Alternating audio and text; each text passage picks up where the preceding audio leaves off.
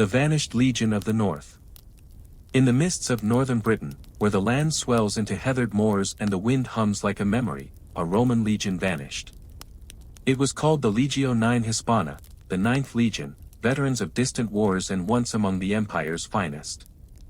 Around the year 120 CE, they marched north from York, perhaps toward Caledonia, and from that moment forward, they simply ceased to exist. No battle report. No survivors. Only silence. Archaeological records show the Ninth had been stationed at Eboracum, modern-day York, one of the most formidable outposts of Roman Britain. Their name appears on inscriptions, on roof tiles and altars, marking their presence well into the early 2nd century. Then, abruptly, the trail ends. To a historian, this is a void, a missing heartbeat in the pulse of empire. Some suggest they were annihilated by northern tribes, perhaps the Caledonians, in one cataclysmic ambush. Others believe they were quietly reassigned to the continent, only to meet their fate elsewhere. But the North remembers differently. Local folklore tells of ghostly ranks seen marching through the fog along Hadrian's Wall, shields faintly gleaming under the moon, their footsteps muffled but rhythmic. The Roman road called Deer Street, ancient, straight, unyielding, is said to carry their echo. And in the silence between gusts of wind, shepherds once claimed they could hear the faint clang of metal from beneath the soil, as if the ground itself were trying to tell the story of what happened there. In 1954, a Roman tile stamped with the Ninth Legion's mark was discovered in York, reigniting debate. Had they never left Britain at all? Or had the army's bureaucrats simply erased them from record after disaster? The Roman historian Dio Cassius mentions campaigns in northern Britain that ended badly for Rome, but he names no legion. That omission, intentional or not, still fuels the mystery.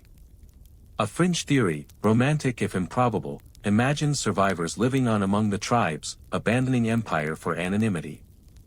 One Scottish legend speaks of red men who taught the locals to forge iron and march in disciplined lines. Another insists that deep within certain cairns lie Roman helmets, buried, not as trophies, but as memorials. Perhaps, in death, the legions were absorbed into the land they failed to conquer. What fascinates scholars most is the sudden bureaucratic neatness of their disappearance. Rome did not forget easily. A lost cohort might vanish from a frontier post, a whole legion, 5,000 men, did not.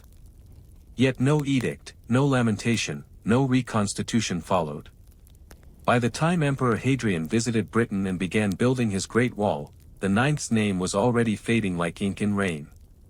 Scholars still debate whether the Ninth was destroyed in Britain, transferred to the Rhine, or quietly disbanded after mutiny. Each theory carries fragments of truth, and each leaves gaps wide enough for legend to creep through. That is the gift of mystery. It preserves imagination where certainty ends. Today, on misty mornings near the ruins of Roman York, tourists trace the outlines of ancient walls and wonder where the Ninth marched last. And as the crows rise from the fields, black and sudden, one might almost glimpse, for the briefest instant, a line of phantom soldiers striding toward the northern hills, still following orders from a world that forgot them. The Green Children of Woolpit. In the soft hills of Suffolk, in a village named for its wolf pits, 2 children appeared where none should have been. It was the 12th century, and England pulsed between faith and fear, between miracle and heresy. The villagers of Woolpit had been harvesting when they heard cries from one of the old animal traps on the edge of town. Peering inside, they found a boy and a girl, thin, trembling, and unlike any children they had ever seen. Their skin, witnesses said, was the color of new leaves. Chroniclers William of Newburgh and Ralph of Coggeshall, both churchmen of reason and record, preserved the account. The children's clothes were made of unknown fabric, their speech incomprehensible. They refused every kind of food offered until someone brought raw green beans, still in their stalks. Only then did they eat.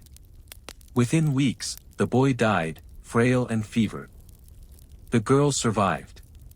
Over time, her skin lost its hue, and she learned to speak the villagers' tongue. When asked where she had come from, her words were stranger still. She said she and her brother had come from a land called St. Martin's Land, where the sun never shone fully and the people all were green like her. They had been tending their father's flocks when they heard the sound of great bells, music unlike any they'd known. Following the sound, they found a cavern, entered it, and when they emerged, they were here. Medieval minds tried to fit the event into a framework they understood. Some saw a parable of baptism, the soul passing from the dim light of ignorance into the radiance of Christian truth. Others whispered of fairies, or of children born underground, heirs of a parallel world running just beneath England's soil. To skeptics centuries later, the tale is a simple misreading of reality, perhaps Flemish orphans, speaking a foreign tongue, their skin tinted green from malnutrition and iron deficiency. But the story refuses to settle into the comfort of explanation. Even the chroniclers, cautious as they were, treated it not as hearsay but as history. They recorded it soberly, as if aware they were transcribing something far beyond their own understanding. That alone is extraordinary. A curious detail survives in Woolpit's own folklore. Locals once spoke of faint lights rising from the ground near the pit on certain nights, pale, wavering flames called will-o'-the-wisps. These ghostly glows were said to mark the threshold between the known and the hidden, the ordinary and the enchanted. Some say that's why the children appeared there, drawn to the border between worlds. Scholars still debate whether the Green Children were a tale of allegory, misadventure, or miracle. Were they refugees from famine, or emissaries from a mythic realm that existed only in collective imagination? Each interpretation reveals as much about us as it does about them, our need to believe that wonder still hides behind the everyday. Today, the village of Woolpit still stands, its cottages tidy, its fields quiet beneath the Suffolk sky. A small sign bears the silhouette of two green figures, hands clasped. The pit itself is long gone, filled and forgotten, but the story remains, a whisper from a time when England's boundaries included the unseen. And perhaps, when the fog lies thick and the bells of St. Martin's ring faintly across memory, the children still wander home through the fields, their skin glimmering with the last light of a vanished world. The Cursed Crown of King John. In the year 1216, England's most despised monarch rode toward his doom through the marshes of East Anglia. King John, the villain of legend and the reluctant signer of Magna Carta, was retreating from rebellion and plague alike. His royal treasury, packed into wagons, crowns, scepters, relics, jewels of conquest, followed close behind. As the tide crept in over the shifting sands of the Wash, history split open.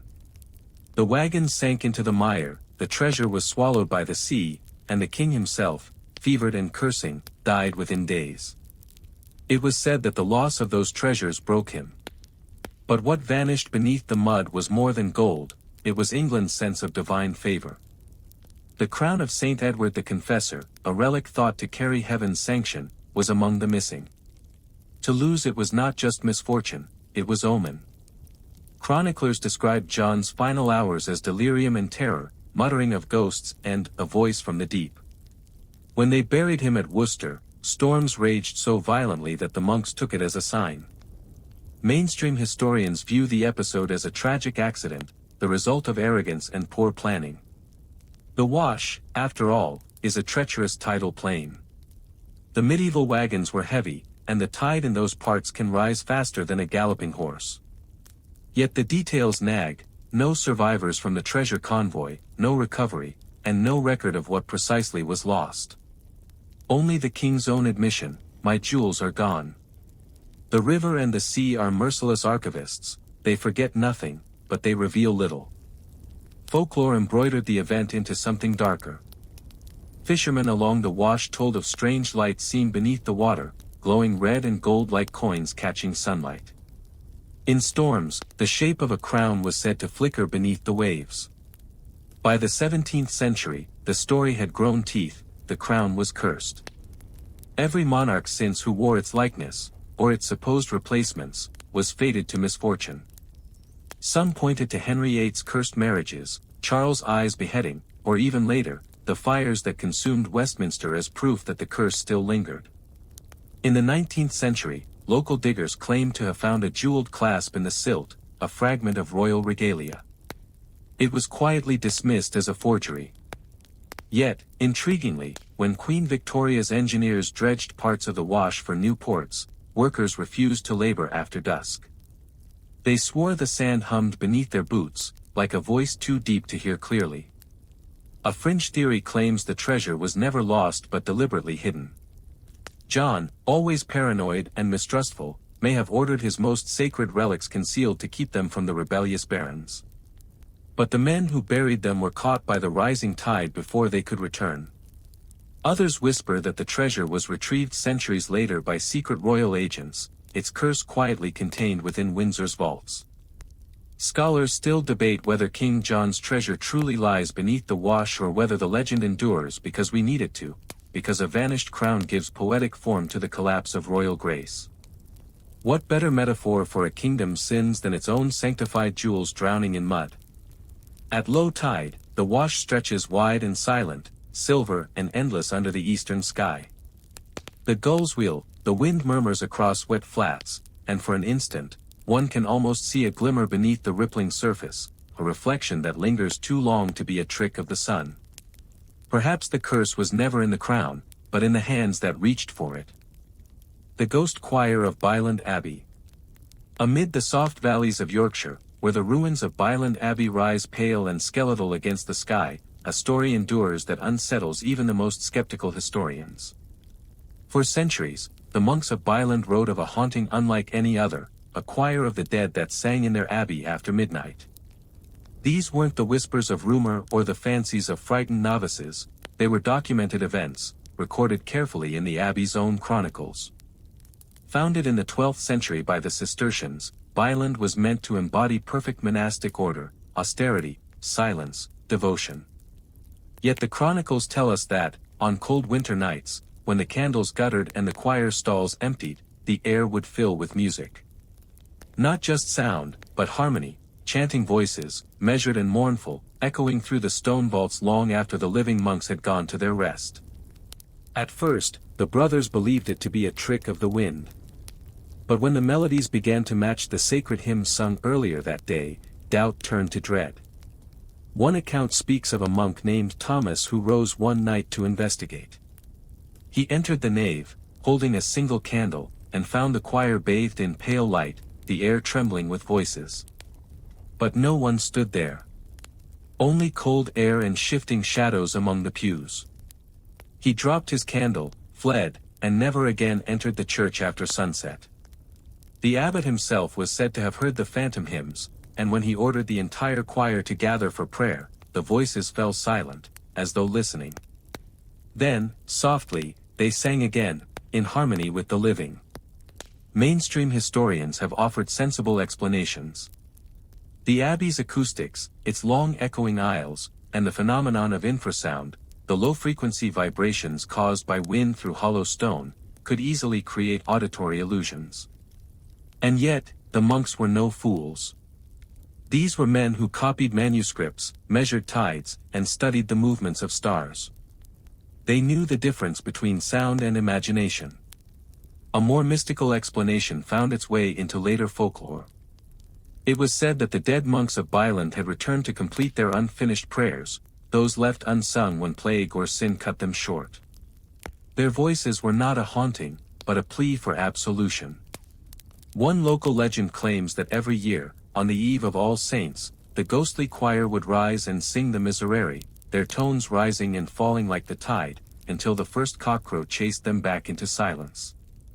In the 18th century, travelers who camped among the ruins reported hearing soft chanting in the night, though no one stood there.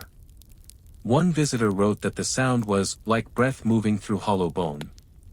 Others swore the ruined arches glowed faintly as the notes swelled, a shimmer like moonlight turned to sound.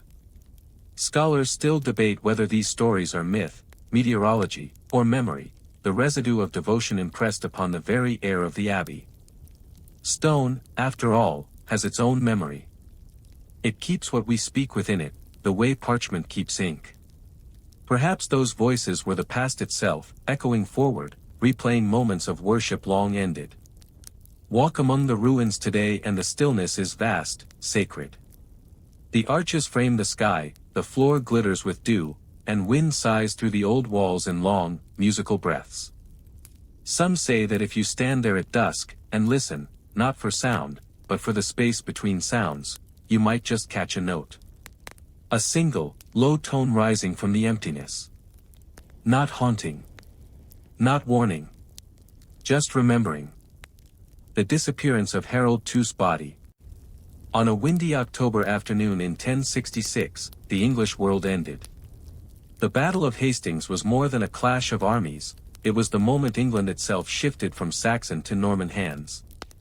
And at the heart of that field, beneath torn banners and broken shields, lay the fallen king, Harold Godwin's son, the last crowned Saxon ruler of England. An arrow to the eye, they say. A single wound that changed history. But what became of his body remains one of medieval England's strangest and most persistent mysteries. Chroniclers tell conflicting tales. Some claim that William the Conqueror, seeking a spectacle of victory, ordered Harold's mutilated corpse displayed for all to see. Others say the king's remains were buried secretly by monks of Waltham Abbey, who had once been Harold's patrons. A few whispered that the corpse shown to William wasn't Harold's at all, that the true king escaped the field, wounded but alive, and lived on in hiding under another name. Contemporary accounts offer little certainty. The Bayeux Tapestry, woven decades later, shows a fallen man labeled Harold Rex Interfectus Estate, King Harold is killed. Yet even this may be propaganda, crafted by victors to tell a clean, final story. The reality was anything but neat. William's soldiers stripped the dead in search of treasure, bodies were piled high. When Harold's mother, Jitha, begged to ransom her son's corpse for gold, the Normans refused. It was Edith Swan Neck, Harold's mistress, who, legend says, identified his remains by secret marks on his skin. The monks of Waltham then carried the body to sacred ground and buried him near the altar, beneath the words, "Here lies Harold, the true king of the English." Centuries later, pilgrims still came to Waltham, kneeling by the tomb and whispering that the king would one day return. And then, as centuries passed, the grave itself was lost, stone reused, site disputed, certainty eroded. When excavations were made in the 19th century, they uncovered an unmarked skeleton, but no definitive proof that it was the fallen king. The bones, they say, were reburied in silence. Fringe stories continued to spread. One monk wrote that a hermit was seen years after Hastings, living quietly in Chester, one-eyed and bearing strange scars. Locals called him the Old King. Another tale claimed Harold had fled across the sea to Scandinavia, a wandering ghost of empire, his identity lost in exile. Whether rumor or wishful thinking, such stories suggest England's deep reluctance to let its last native king truly die. Modern scholars have proposed practical theories, that Harold's remains were destroyed, or that his burial site lies somewhere beneath Waltham Abbey's ruined choir. Yet others sense something more symbolic. Perhaps Harold's missing body mirrors the nation's lost innocence, a body politic decapitated by conquest. To never find him is, in a sense, to keep him alive, preserved in the unresolved echo between memory and myth. Standing amid the remains of Waltham Abbey today, ivy climbing the walls, one can almost feel that tension. The air hums faintly, as though history itself still argues. And if you listen closely to the wind that slides through the ruined arches, it seems to murmur his name, not as a king or a ghost, but as a question England has never quite answered. Scholars still debate whether Harold's body lies beneath the abbey floor, lost to centuries of weather and war, or whether he escaped, living out his days as a penitent far from the throne. But perhaps it doesn't matter. The uncertainty itself has become the story, England's unburied truth, wandering the landscape like a restless spirit. The Black Book of Berry Street, Edmunds. If every medieval monastery had its secrets, then Berry Street Edmunds Abbey, once among the richest and most powerful in England, guarded one darker than most. Beneath its gilded altars and echoing cloisters, rumor claimed, there lay a forbidden manuscript, a volume so dangerous it was chained, sealed, and cursed. The monks called it Liber Niger, the Black Book. Founded in the 11th century, Bury St. Edmunds rose on the sanctity of its relics, the martyred body of King Edmund, slain by Vikings, had drawn pilgrims for generations. But devotion breeds ambition. The abbey became a fortress of wealth, politics, and whispered heresy. Somewhere amid its labyrinthine archives, between psalters and charters, an unnamed monk was said to have compiled a book unlike any other. It contained, according to fragmentary accounts, not prayers or chronicles, but forbidden knowledge, mathematical spells, strange diagrams, invocations of angels and geometry of the stars. One 14th-century scribe recorded that a prior found the black book open upon a lectern, though no one admitted to placing it there. Its text, he wrote, was not of man's understanding, but shimmered as if alive. Within a week, the prior fell ill and died. Another monk swore he saw lines rearrange themselves as he watched. Fearing blasphemy, the abbot ordered it sealed within the crypt. From that day, the abbey's bell was said to toll once each midnight, unbidden. Modern historians have found no surviving trace of such a manuscript, though inventory records mention an unusual codex listed simply as Niger Liber, Scriptura Ignota, a black book, in an unknown script. Perhaps it was a miscatalogued text from the East, a Byzantine grimoire, or an astronomical treatise misread by superstitious eyes. But in a time when knowledge itself could condemn, even a book could become a threat. When Henry VIII's dissolution of the monasteries reached Bury in 1539, the abbey was plundered and burned. Witnesses said the monks fled carrying reliquaries and scrolls. Others swore one monk stayed behind, locking himself in the scriptorium with the black book. The soldiers later found only ash. Yet after the ruins cooled, locals reported something stranger. In the rubble of the abbey library, a single page lay unburned, the ink still wet, the script unreadable. Fringe enthusiasts later connected the legend to a handful of mysterious diagrams found in private collections, circles and runes drawn on parchment, resembling both alchemical charts and astronomical maps. Could they be fragments? A coded language? One 19th-century antiquarian even claimed to trace the shapes to constellations visible only in the northern winter sky, as though the book's author had transcribed the heavens themselves. Scholars still debate whether the Black Book ever truly existed, or if it was an allegory, a warning against unholy curiosity, or a monk's moral parable wrapped in fear. Others wonder if its forbidden contents were simply misunderstood science, optics, magnetism, or the motion of planets described in an age unready to hear it. History's cautionary tales often begin with knowledge no one else believed. Today, the ruins of Bury Street Edmunds Abbey lie open to the sky, a green and golden skeleton of stone. Beneath the grass, archaeologists still uncover fragments of charred manuscripts, lines in Latin, ink faded, edges blackened. None are the Black Book. But sometimes, visitors say, when dusk falls and the bell tower's shadow stretches long, the wind through the ruins carries a sound like rustling pages, slow, deliberate, and waiting. And perhaps that's fitting. For if truth is power, then silence is its oldest guardian. Whatever the monks hid, they hid it well. Conclusion. From vanished legions to cursed crowns, from spectral choirs to forbidden texts, England's medieval mysteries endure because they refuse to end neatly. Each one leaves a space where certainty might have been, and in that space, imagination thrives. What binds these stories together isn't their strangeness, but their persistence, echoes that survive the centuries, transforming fact into legend and legend back into history. Perhaps that is what medieval England still offers us, a mirror to our own fascination with the unknown. For every scholar who insists on logic, there remains a dreamer who listens for ghosts in the stones.